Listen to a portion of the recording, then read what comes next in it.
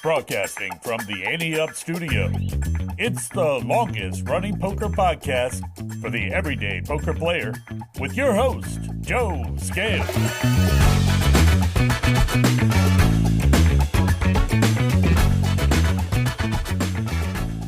Hello, A-Team. It's Friday, April 21st, and I am in a hotel room in Chicago, Illinois, after a late night at the Camp One Step Charity Poker Tournament. What an event that was, though. I cannot describe to you how much fun it was playing and meeting everyone there. Congratulations to Jeff, Paige, and Hannah for putting on an incredible event. We'll talk to them in the coming weeks to recap that. Also, huge congrats to LV who won the $10,000 main event seat. After I upload this, I'll be getting on a plane and heading back to New York, where the Electric City Poker Series is wrapping up. I'll be playing the main event for you guys. The A-Team bought 50% of me in this one, and so I'll be getting back, getting some rest so that I can play my A game in that one. If you want to see how this trip has been going, as well as future trips, be sure to follow us on all the social media channels, Instagram, Facebook, and Twitter. That's all I have. Let's get on with the show. Find out what conversations are happening around the poker table with Table Talk.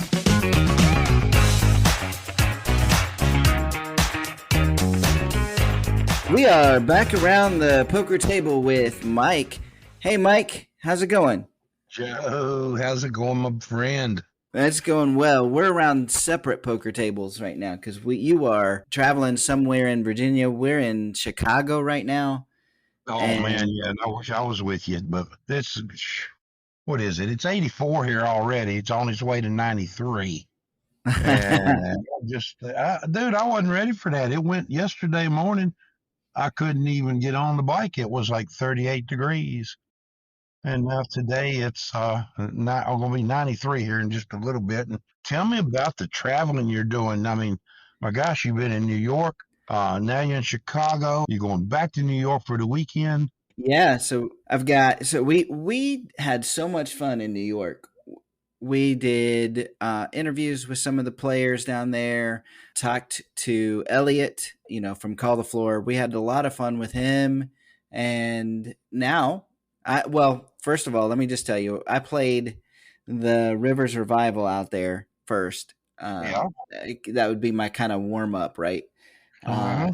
I had to kick off some rust at the beginning for sure, but ran pretty good, picked up some chips here and there, did all right, ran into a few hands that did not go my way, ran into a hand with pocket kings, pocket jacks, and pocket aces. Oh, doggy. And pocket jacks came from third place and won. Oh, my gosh. Ran into another hand where I had queen jack, the flop came out queen 9, and villain had ace queen. so I lost that one too. Like that one I played in a pretty good tournament the other night. We were at the final table. Dude, I don't know what's happened to me lately, but I've been hitting some final tables. Nice. They were only going to pay 8 players, and there was 9 of us at the final table. I'm looking down. I flopped a straight, and I was 4 into a flush. Now, after all said and done, it got down to the guy on the button, who had more chips than me, obviously, raised it like crazy. I still got the nuts there, and the button went all in. Well, I had to call, and he had me covered, and there I am with my straight smiling, and he's got an ace king of spades. He rivered the flush, took my chips. I felt really bad there at first, but then I realized I could not have played that any better. So it was just he took a chance and he won on it. Okay. Right. Sometimes that's just the way it is. You can't. Absolutely right. You can't always win every hand. If you could, then it'd be a much different game. Yep. Elle's with you on this trip, right? She is. And how's she doing? She's been great because she's been keeping up with my social media for me. So, is she busting it up at the blackjack tables? And she tripled her money, actually, at blackjack. Hey, me and you are going tails tucked, and she's gonna take care of it. Tell her win enough for both of us. Yes, you may need to. I know that you got a truckload of stuff going on, and there's not a lot of table talk to be had today. You Well, no, going? I've got a couple of things I want to hit on. Oh, One, okay, good. one, we've got this Camp One Step charity tournament tonight. Yes. First place is the World Series of Poker seat, the ten Oh thousand my dollar main event seat. gosh. They also have some really cool prizes for the final table. So I'm looking forward to meeting some of the A team out there for that. By the time this airs, I will have already met them. But that is tonight, and main event is Saturday/Sunday. So depending on how I do there, right? Of Schenectady, right? Yeah, we fly back up to New York for that. Here's the other thing. I want to throw this out as a poll question. Has everybody seen the worm that is the new thing in poker? The worm? The worm. So everybody, instead of stacking their chips up, like up whatever vertical, they lay them all out horizontal. You and I used to play with somebody years ago that did this. They laid their chips out in denominations. Oh yes. But years ago we played with him and he did this. He was apparently way before his time because it is a thing now. Wow. Everybody is starting to lay their chips out like this. And so my poll question is going to be, do you love the worm or hate the worm? It's taken over. I hate it. I hate it. I hate it. There, I'll just answer it now, but everybody else can say whatever they want. Why? Why do you hate it? I like to see them things about 10 or 20 tall. And I know how much I got in each stack. And I know my colors. And if I just get upset, I can just go flip and knock them over. And then stack them back up. Because I don't do all the shuffling like most people do. I just knock them over. Well, my initial reaction was kind of like you. I'm like, I don't think I like this, but the more I've looked at it, I think I might like it because it's actually pretty easy to count their chips this way. Well, I'm going to have a couple of poker trays. I mean, they're just going to fall over. They don't. They stay up there just fine. And the only time that I can see it being an issue is if you get enough chips to where now you've got to stack some in front of there. So that would be a problem because you just put that worm against the rail, and so it's kind of helping balance it. But if you're putting ones in front of them, now it becomes an issue for counting, right? Yeah. Okay. So I guess that means that we're going to try it now. Oh yeah, we got it. We got to do it. All right. So Well, the next game we play. I thought you was asking me about a movie there for a minute, The Worm. We had those poker movies that we used to love and stuff, and I said they got a new one called The Worm. I'm in. I want to see it. Right. It would be Rounders 2, right? All right, that's going to be our poll question for this week. Let us know what you think. And Mike, I appreciate you jumping on here. I know it's been a hectic week for both of us, but we found the time to get it done. Call me when you get back to Schenectady. Let me know how things are going. Give Al a big hug for me. And A-Team, thank y'all for having me on here one more time. Now it's time for Call the Floor with Elliot Schechter. Elliot Schechter is the poker room manager for Rivers Casino in Schenectady, New York. He joins us each week to say how he would rule on situations that come up in your games, and he's with me again this week. How you doing, Elliot? Doing pretty well. How you doing, Joe? Doing well. It's got to be getting warmer there now, right? I finally broke 60 for 2 days in a row, so yes, finally getting nice out. I can't. How much snow did you guys end up with this year? Do you know? In total, it was pretty light, but the days we had snow, it was very heavy on those days. Yeah. For some reason, yeah, we ended up with like a foot overnight, but it only snowed a few times. Yeah. Well, this week we have a Call the Floor sent in by Leslie Tillman. And Leslie says, I got into a weird situation playing a 1-3 home game. I'm in the cutoff. There are a couple of limpers. Then middle position raises to $30. I raise to $100 with pocket tens. The button calls and it folds around to the middle position player who jams for his last 160. Now, I want to get heads up against the all-in player, so I try to raise to 500. I'm stopped because the all-in was ruled as not enough to reopen the action, so I was not allowed to put in another raise. The ruling was to reopen the action, the bet would have to double the previous bet, in this case, the $100. I don't feel like that's correct, so what would the correct ruling be, and how much does a bet need to be in order to reopen the action? Well, Leslie, appreciate you sending this to us. The ruling there was correct, and now I will explain.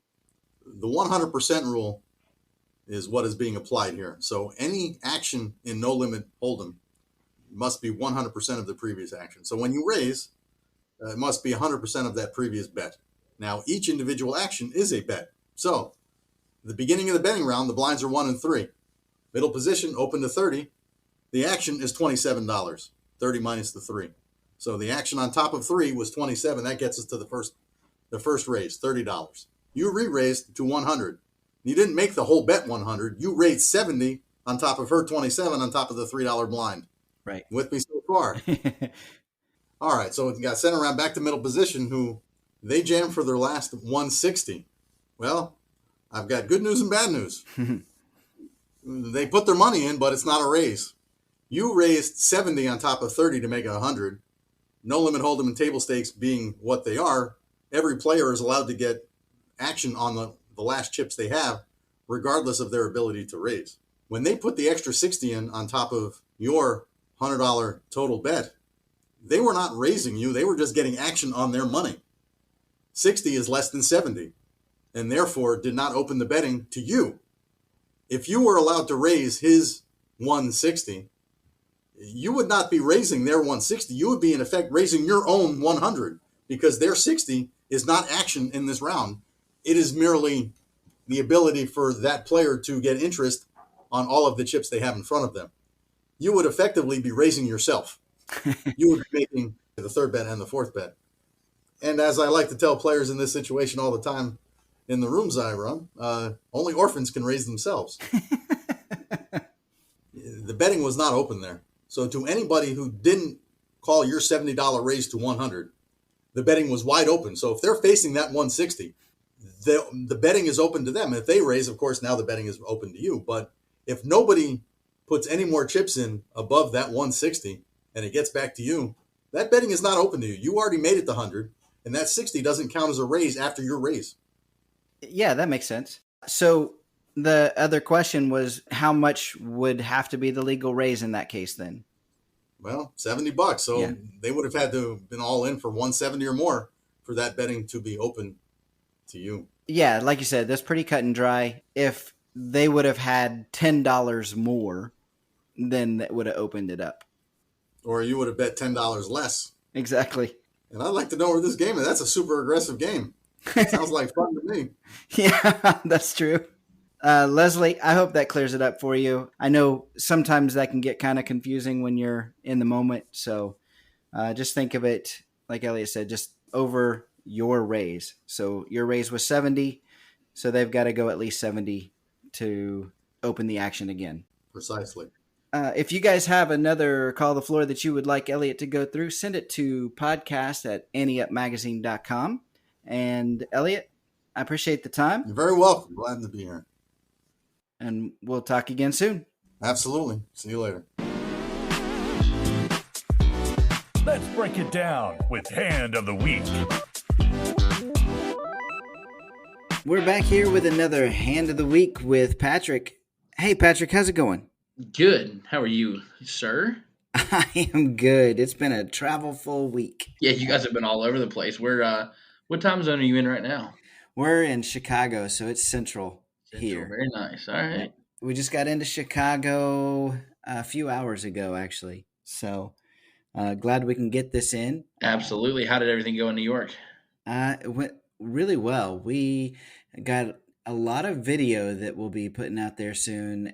Well, it's already on social media, but we'll be putting that together in kind of a long format video for everybody to watch too. That'll be fun. Good deal. Yeah. Yeah, looking forward to that one. What's the weather like there? Because it's not real warm here right now. It's not been too bad actually the last couple of days, but they are a nice little end of the April cold front apparently coming through this weekend, so it'll be an indoor kind of weekend out here on the East Coast, at least in the Mid Atlantic. Well, this is kind of cool. We got our hand of the week this week is sent in by Matt Hayward, and he sent it in all the way from Australia. Wow, attaboy, Matt. I like that. So Matt says, I am actually playing an online No Limit Hold'em tournament, and it's early in the game. We're 7-handed. It's folded to us in middle position, and we have the Jack of Hearts, Jack of Spades. Jack of Hearts, Jack of Spades. Yep. The blinds are 25.50. Okay. And we have 4,776 in chips. So what are you going to do with that? And you said it was folded to us? Yep. All right. So 25.50, and I'm in middle position. All right. Well, pocket jacks, I'm definitely going in on this one, especially early on. At least with me and how I like to play a little bit and setting the tone. I'm probably going to go with 150 bet. Okay. What do you think? Too small? Too big? No, that's what, 3 times Yeah, big 3 one, times right? big.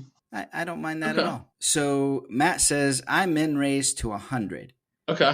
I'm certainly not folding, and limping feels wrong. I'm in raise as the table has been rather tight. Fair enough. So yeah, he's trying to get a little play going. Yeah.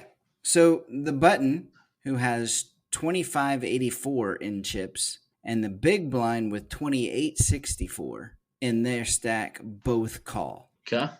Everyone else folds. So they've got they've got a little over half, but they've got significantly less chips than we do at this point. So he says that the table's been pretty tight, but they have to have been somewhat active because we're early in the tournament, he said, and they have 2,500 and 2,800 chips pretty much. Yeah, so they are. They're just over half of what maybe he was referring to. He was feeling like it was a little tight, but a couple of the hands, at least, maybe that those two were involved in, had to go a little bit deep. Right. So then the flop comes out: the 8 of spades, 2 of spades, 2 of hearts. All right, 8 of spades, 2 of spades, 2 of hearts. The big blind checks. So the decision is on us. What are you going to do? So checks to me, again, with him saying that it's been a little bit tight. I still have top pair, so now I have 2 pair. I'm probably going to go in with at least the same bet that I had, when I was, so he went in with 100, right? Is that what he said? Yeah. Okay. Yeah. So I'm going in a couple hundred. I'm probably going to do a $200 bet there. Okay. Yeah, I think that's fair. There's 300 in the pot, right? Yeah. So probably 325 in the pot. Oh, that's right. Yeah, good call. Yeah. I don't have a problem with that. But Matt bets 100, so he's a third of the pot. Okay. He says, I have an overpair and the board isn't too wet. All right. Fair. The button jams for 24.78 and the big blind folds. What are you going to do with that? Well, first off, I'm going to look this guy up and down pretty good. Wow, that's a really good question. I'm going to put him, you've got to put him on, he's got 2s or he's got maybe pocket 8s. That's the other thing.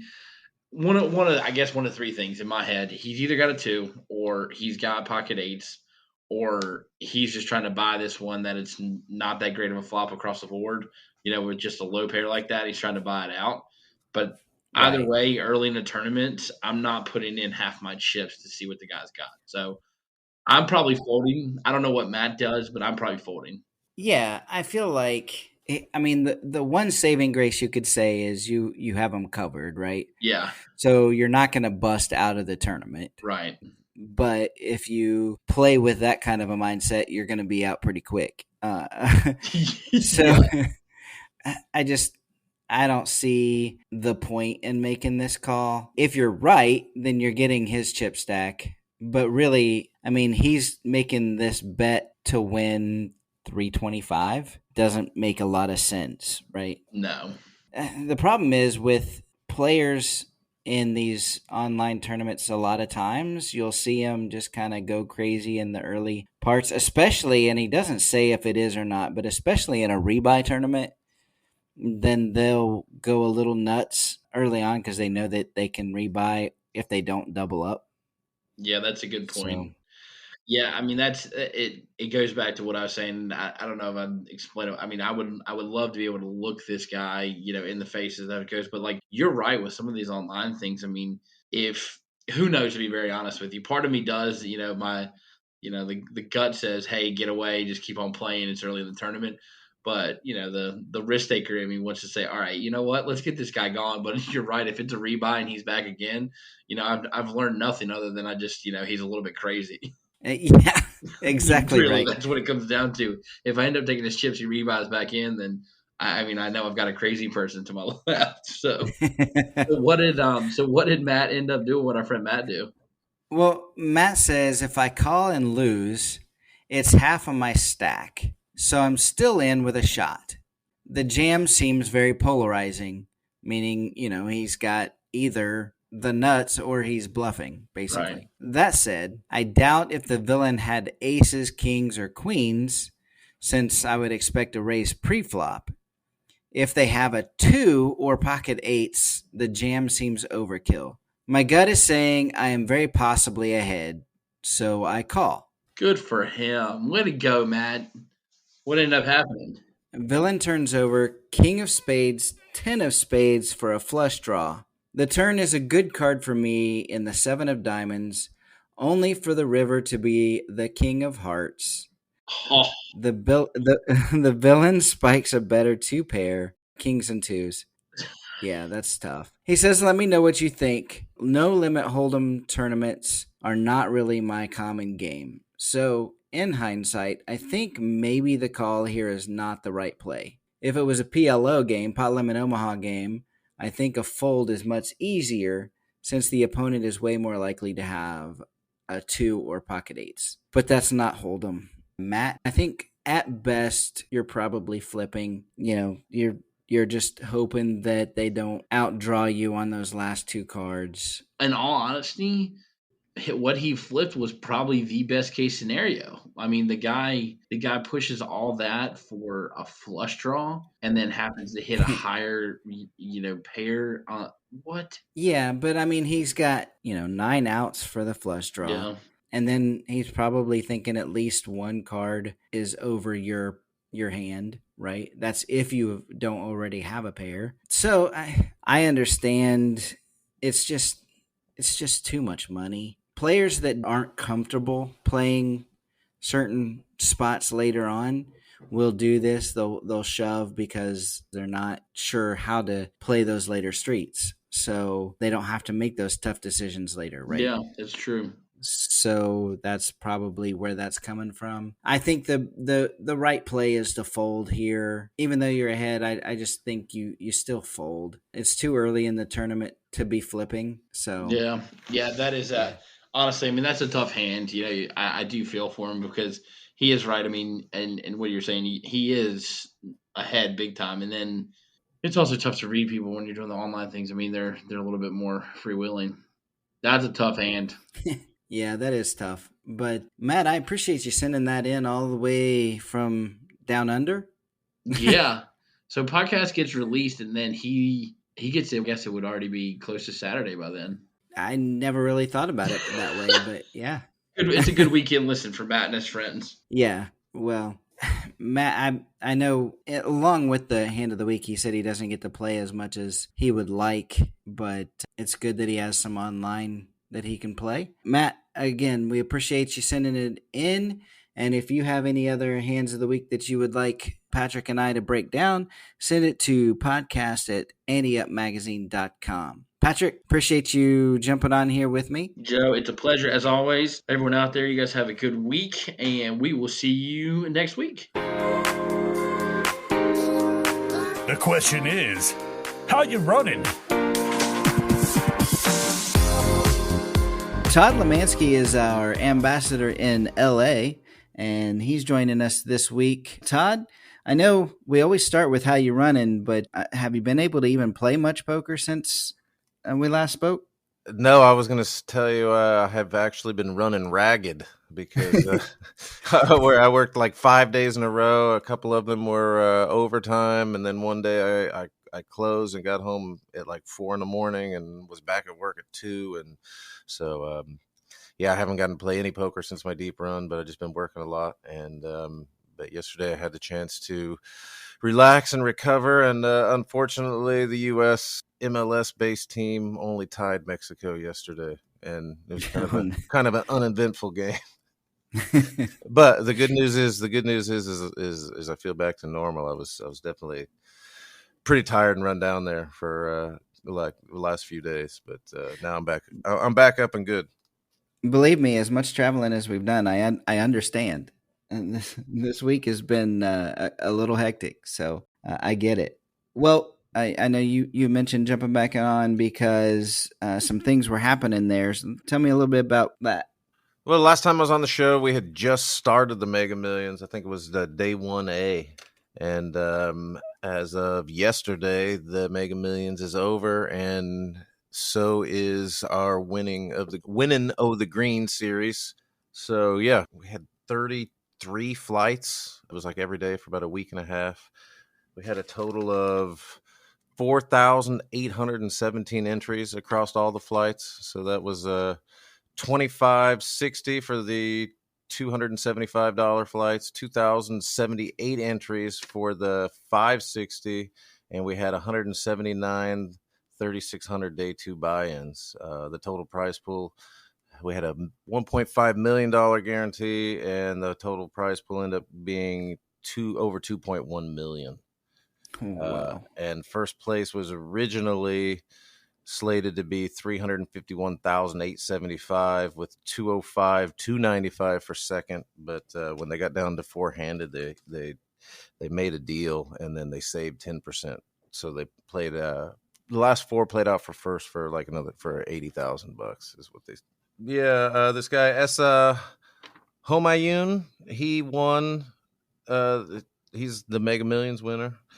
He's taken home a total of about $266,470. His previous largest cash was $8,800. Oh, wow. So, yeah, so the last four, Steve Kim got fourth place. James Millard got third place. The guy named Jason Wasser got second place. And like I just mentioned, Essa got first place. But when they got four ways, they did a deal because there was a lot of money up top. So, oh yeah. So their four-way deal was based on the chip counts. James, who got third, took 209,303. The guy that got first took 208,270. Jason Wasser, who got second place, took 193,659, and Steve Kim, who got fourth, took 180,072. And then they basically all gave back 10% of that chop number, which was just shy of 80,000 to play. So Essa got that extra 80K on top of his 208. And nice. Just a couple little interesting notes was Essa got in on the final day of qualifying. So the very last day one, he made it in through. Jason Wasser, who got second, was a day 2 buy-in. And James Millard, who got third, was also a day 2 buy-in, but he won his $3,600 seat on a $400 mega satellite. Oh, so he made what? Like 190K, almost all profit, minus 400. Yeah, nice. This is not too bad at all. Not too bad at all. That's a good payday there. For sure. That's actually what I was trying to do in that horse tournament when I go and get the 760s, because my cash would have been so much better if I had bought in for my $400 satellite entry instead of the day 2. Absolutely. But even Jason is still, took over 193K off of a $3,600 buy-in. Not a bad day at the office. Yeah, that's true. Just a side note here for just a minute before we talk about the one that's getting ready to start. You said that you talked to a couple of people there that. What was the gentleman's name that had won the tournament that we had mentioned last week, and then he won another one? Yeah, this guy. So it was one of the last couple days of the qualifying. This guy, Sammy. Apparently, I said it right. Baitchahead, Baitchahead, I think is how you say it. He won our mini Mega Millions, and so I was paying him out on one of the last few days of qualifying, and I was like, "Hey, you won one of the other tournaments, right?" And he was like, "Oh yeah, I won the mini Mega Millions." I was like, "That's right." I was like, I mentioned you on the Ante Up podcast the other day. I was just hoping that I said your name right. So he finds me in day 2 of the Mega Millions, and he's like, "Hey, what was that podcast you're telling me about? I've been trying to look for it." Show him on the app. Turns out he's listened to a couple of the episodes, but he can't find his episode. So I showed him. I was like, "Oh, it was this episode a couple weeks ago," and he listened to it, and he found me later, and he's like, "Well, guess what?" He's like, "You said my name right." I was like, "All right." I thought that was a cool story. Yeah. Also, during day 2, I had sent the same episode to this guy Larry Cibriani, who's one of our floormen, but he also plays a lot of poker too. He actually was a player at the bike before he became a floorman, and he turned in his badge early so that he could fire some bullets at the Mega Millions too. And I gave him the podcast because he wanted to hear my interview about my deep run. And then when he was finished, he was like, "Hey," he's like, "I heard it." He's like, "Now I'm starting back over at the beginning and listen to the whole episode." So Good deal. we got 2 new listeners out of the Mega Millions. Very good. And just to touch on the Mega Millions before we go, because I just want to give a shout out to a couple of our regulars. David Uvaidov, I hope I said that right. He finished 8th place for 35,885. He actually played 32 of the 33 Mega Millions flights. What? Yeah, that's a busy series right there. Yeah, and just keep in mind that means he had to multi-table. Yeah, some days because we had 3 flights a day every day at 11, 2, and 4 o'clock. So in order to play 32 of the 33 flights, he obviously had to multi-table because there's a point in the day where all 3 flights are going on all at once. Yeah, I didn't even think about that, but yeah. So yeah, that was like some commitment to a grind for sure. Yeah, and he said he was going to get his steps in too. How close were these tournaments? Did you have one in a ballroom across the on the other side of the casino or anything like that? No, we have 45 tables in the event center.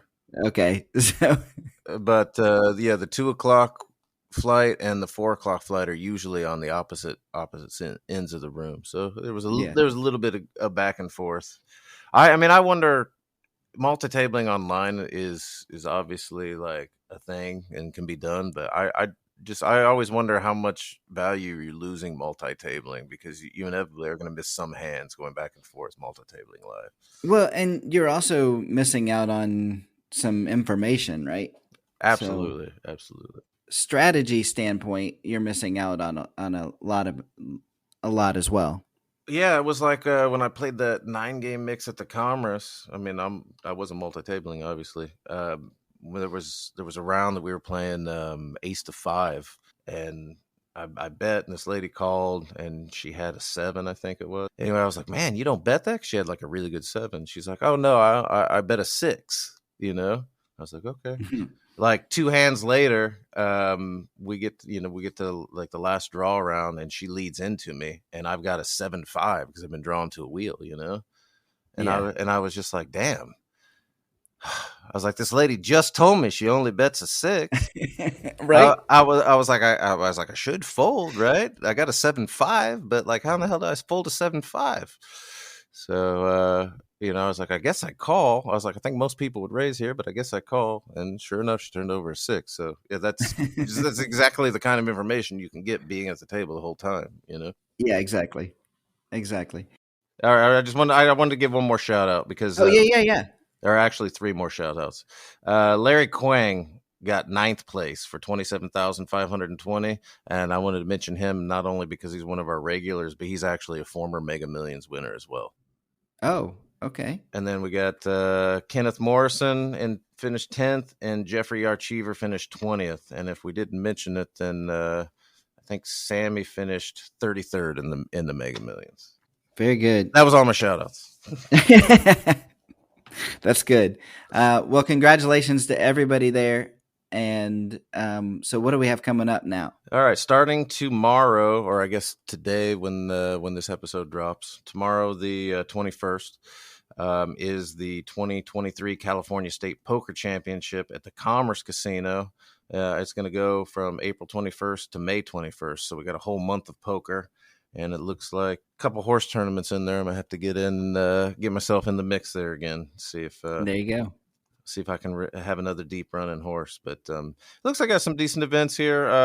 There's 150K guaranteed. There's a lot, basically several multi-day day one type flights. So there's the Bear starts on the 24th. It's got 150K guaranteed, $250 buy-in.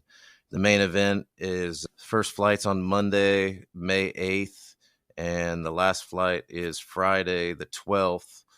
And that's got a 250K guarantee with a $1,200 buy-in, and then also a 100K guaranteed mystery bounty for $400, and several one-day events in there as well, including an '08 Stud 8 $600 event on Monday, May 1st at 11 a.m. All right. Well, is there anything else you wanted to add? No, I think that pretty much covers it. I mean, this, like I said, the California State Poker Championship will be over on May 21st, and then we'll be back at the Bike for our summer series on June 2nd, I think it starts. And in the summer series, we always have a $500 main event satellite because we're in LA. We're only 4 hours from Vegas, and that's always a really, really good turnout. $500. We basically just run our own mega satellite for the main event. So $500 can get a 10K seat into the main event if you always dreamed of playing in the main. There you go. Yeah, we will touch base before all of that starts again. But until then, Todd, I appreciate you jumping on here with me. All right. Pleasure as always, Joe. Mark Bremen has been a poker coach for over 15 years. He's been an Ante Up columnist for years as well. Now he's joining me here to talk a little strategy. Hey, Mark. Hey, Joe. How are you? I am doing well. I know in your case the Madness Cup is over, but tell everybody how you did. Oh, boy. I came in third. I think there was like 600 players, but, we could have a conversation about mindset, but I'm not, I'm pretty depressed I didn't win it. Yeah. What can I say? Yeah. Yeah. Anything under first is still tough. I was just, I don't know. When, you have 24 hours to play, there's no excuses to get myself in the right mindset. And I was definitely in a different mindset when I played that match than the other 9 that preceded it. Yeah. So, in case your viewers don't know, the Madness Cup is on advanced poker training, and basically it's like duplicate bridge. You're playing the exact same cards against the exact same bots as your opponent is. You don't know how your opponent is doing.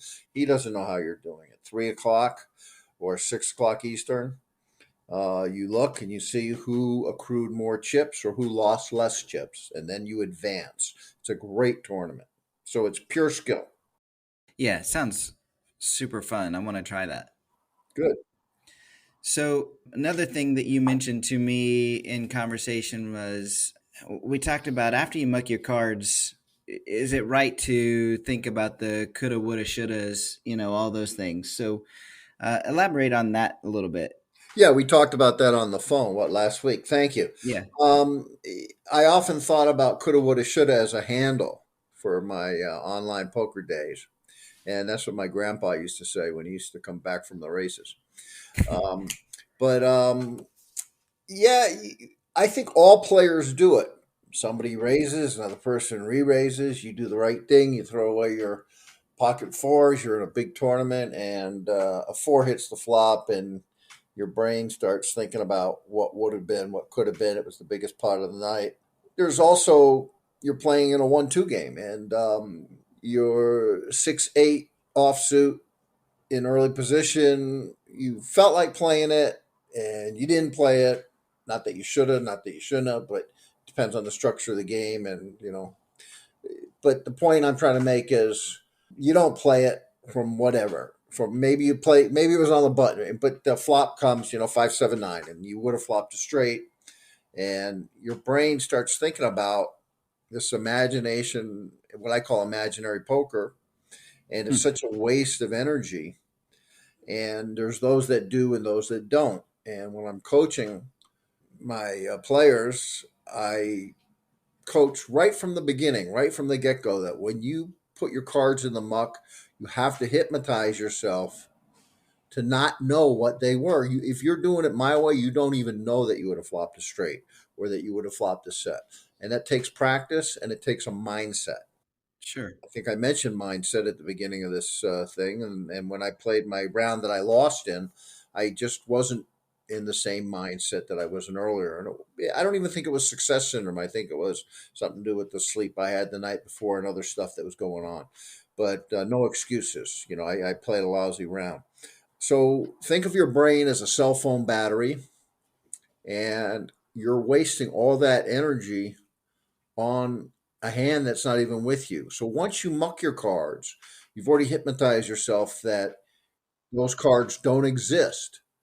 And wow, what a difference it makes in terms of now you know what your job is. Your job is not to be thinking about what woulda, coulda, shoulda. Your job is to observe the opponents. Now you start to see things that you weren't seeing before. And I think about that as like driving past a stop sign and a policeman pulls you over and you didn't see the stop sign. Right. And you don't know what you're missing. You don't know what you don't know. And all of a sudden, when you start doing the Mark Bremmett style of play, well, we got to come up with a better name than that. You start letting go of what you throw away in the muck, and I promise you, every one of us do it. I even do it. Find myself doing it, and you know when I do it, Joe? When? When I'm tired. Oh, yeah. My brain goes back to a caveman or whatever. I don't know. Once you get past that 5 hour mark, when you're over a certain age or something, your brain starts to get tired, and then you start doing stuff different than what you did before. So that's back to poker mindset. Throw your cards away. You don't care what you muck. What you're thinking about is what are they doing? That's your job. Your job is to watch your opponents and observe them. Right. I'm glad you said that, because one of the things that I wanted to make sure that everybody understood is saying, playing the imaginary cards after they're in the muck, noticing that you would have hit a straight or whatever is different than saying don't pay attention. Like, that's not what you're saying at all. You still want to be paying attention to the people that are around the table, what they're doing, how they're betting, what their cards are. If you get to see those, that's still You'll absolutely pick up on patterns. You'll pick up on things that you were missing that you didn't know you were missing. But number two, what happens when we muck our cards is not only do we play our cards in our mind, but we go on vacation and we think we're not in the hand. And then maybe we look around the table and you see a guy's looking up at the game once he mucks his cards. It's actually harder to pay attention while you're not in a hand than it is to play your hand. Well, once you've been playing poker for years and years and you're wondering why your win rate isn't what it should be, but you've sort of accepted it. If you're a typical player, you're just playing. You stopped keeping track and writing down records. You start thinking you can't beat the 1-2 game. They all call you down. You start thinking all kinds of fantasies. right. But the point is that once you muck your cards, that's when your cell phone battery actually has to really charge up. Your brain has to actually get into observation mode, and that's not easy. That's true. But you're right. You're going to pick up on things that you're not necessarily picking up when you are in the hand, because you're thinking about other things like size of the pot. What should I be betting according to the size of pot? What's he going to call? All those kind of questions like that. Whereas exactly. You'll see something like a guy overbets. One guy overbets, and it means he's got it. Another guy overbets means he doesn't want to call. You'll start noticing things that you just weren't seeing. And it will help you in your cash game and your tournament game. There's just no doubt about it. Yeah, absolutely. Well, I think that's a great topic. I'm glad that we were able to touch on that a little bit today. Anything else you want to add to that? Yes, poker is an observation game, and you're looking for patterns. 99 out of 100 tells are patterns. They're not when somebody's shaking their leg. Well, that guy just might have drank too much coffee, or he might be nervous, or he might be bluffing, or he might have the goods when he's shaking his leg. Right. Maybe he didn't need his medication. Who knows? Who knows? What I'm trying to say is that poker is a game of patterns. What the great players pick up on that you can't really teach is picking up on players' patterns. Like, Right. where's the book on that? Well, the book I've seen on tells, and Mike Carroll's comes to mind, is more about physical tells. Like when a guy raises his elbow up as he's putting his chips in, or how fast he calls or slow he calls, and things like that. But you know what? The physical tells aren't nearly as prevalent as the pattern tells. Sure. And my pattern may be different than your pattern, and may be different. So it's player dependent, so you've got to figure those out. Yeah, you can't say this guy's shaking his leg, so he's bluffing. So I think it's a good place to wrap. What do you think, Joe? Yeah, absolutely.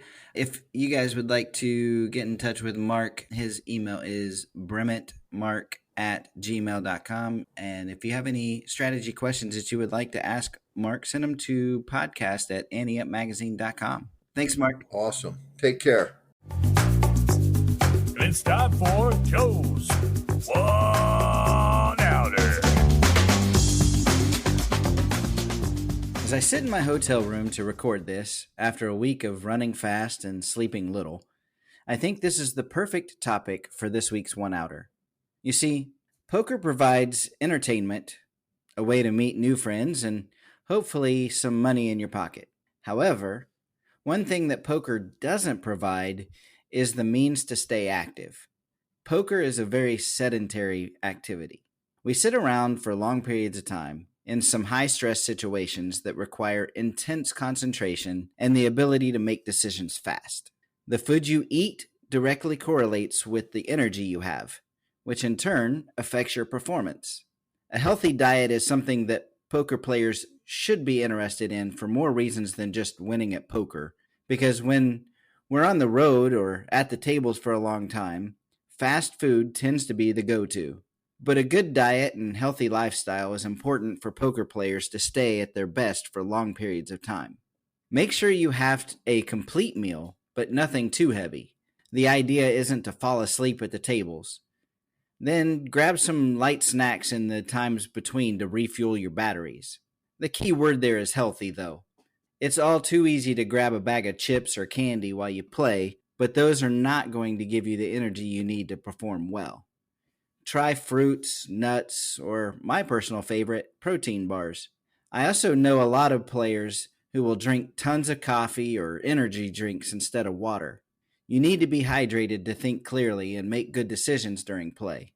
If you're forever running on caffeine, your sleep quality will be bad and your gameplay may be too, because lack of sleep can hinder you from thinking clearly and keeping your emotions at an even keel. All of this is to say, take care of yourself so that you can have the stamina you need for long poker sessions. Now, if you'll excuse me, I need to grab a Cliff Bar and run down to the tables. That's today's One Outer, and that's today's show. See you next week, A-Team. And until then, I'll see you at the tables.